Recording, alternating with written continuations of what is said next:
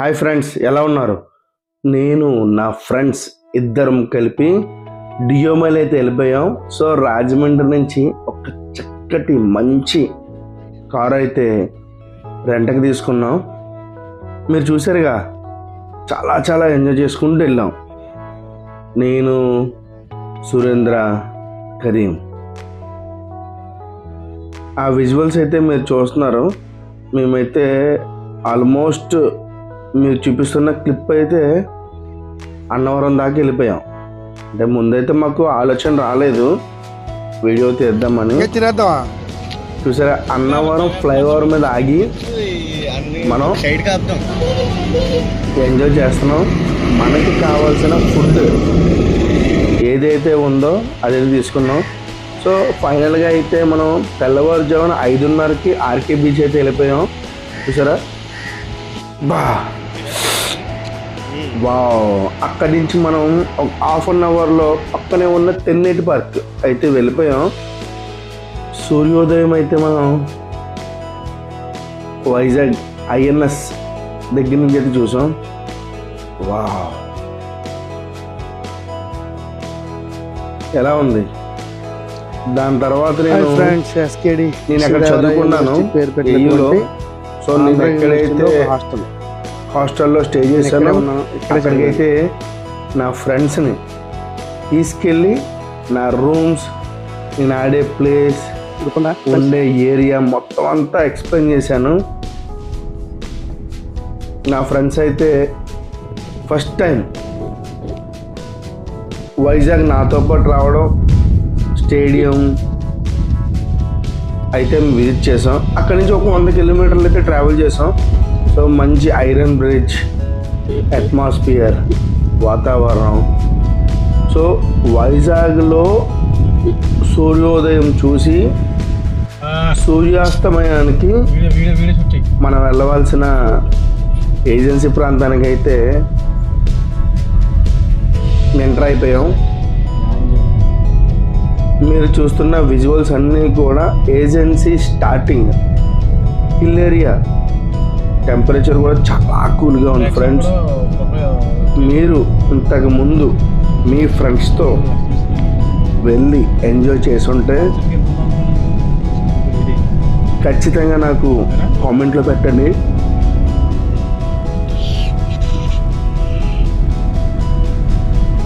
నా best friends అయితే నాకు మంచి అనుభవాన్ని అయితే ఇచ్చారు.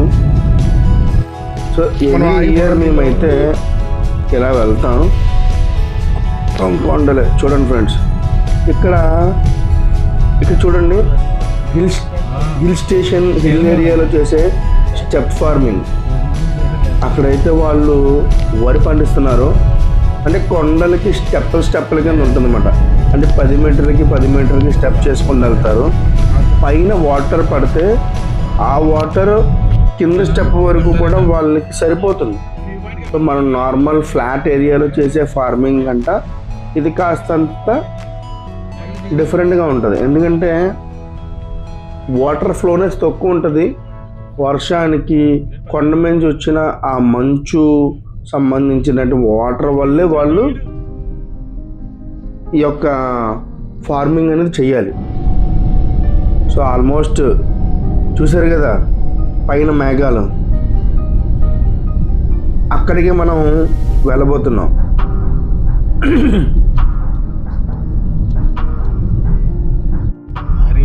సో ఆల్మోస్ట్ ఒడిస్సా ఎంటర్ అయిపోయాం. చూసారు కదా, మన ఆంధ్రాలో ఉన్నటువంటి బిల్డింగ్స్, ఇన్ఫ్రా, ఆ యొక్క ఇంటి స్వభావం అంతా కూడా వేరు. ఘాటి అయితే స్టార్ట్ అయిపోయాం మనం. ఆహ్లాదకరమైన వాతావరణం, చల్లటి గాలి, ప్రశాంతమైన వాతావరణం. సిగ్నల్ అయితే ఉండదు, మనం బాగా ఎంజాయ్ చేయొచ్చు. సో మనం చెప్తున్నాడు అన్నమాట, ఫ్రెండ్ వెళ్ళిపోతామా, మేఘాలు ఉన్నాయి కదా వెళ్ళిపోతామా అని అంటున్నారు. మనం ట్రై చేసాం. ఆల్మోస్ట్ మనం వచ్చినప్పటికీ రాత్రి అయితే అయిపోయింది. అక్కడ డియోమల్లి దగ్గర ఒక స్టేషన్ ఉంది, మొత్తం కార్ పార్కింగ్, టెంట్కి కాస్తంత అమౌంట్ ఇస్తే వాళ్ళు టెంట్ అరేంజ్ చేస్తారు. మేమైతే డియోమల్లి కిందే తీసేసుకున్నాం టెంట్. తర్వాత వచ్చినప్పటికి క్యాంప్ ఫైర్కి మొత్తం అనేది కూడా తీసేసుకున్నాం. మీరు వీలైనంత వరకు కారులో స్పేస్ ఉంటే డియోమని విలేజ్ నుంచి తీసుకెళ్ళడానికి ప్రయత్నం చేయండి.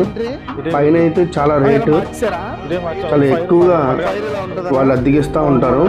సో మీరు నాకు తెలిసి కింద నుంచి తీసుకెళ్తేనే చాలా ఉత్తమం. మా ఫ్రెండ్స్ అయితే ఇద్దరు రెడీ చేసేసారు. సో నేనైతే ఏమైనా వండడానికి రెడీ చేయమంటారని అడిగాను. వాళ్ళు ఓఎస్ రెడీ చేసేయి, మన కారు మన దగ్గరే ఉంటుంది, ఎందుకంటే అద్దెకి తీసుకొచ్చాం కాబట్టి మన టెంట్ మన దగ్గరే ఉంటుంది, మనం కూడా పక్కన క్యాంప్ ఫైర్ అయ్యొచ్చు. సో మనమైతే చాలా అలసిపోయాం.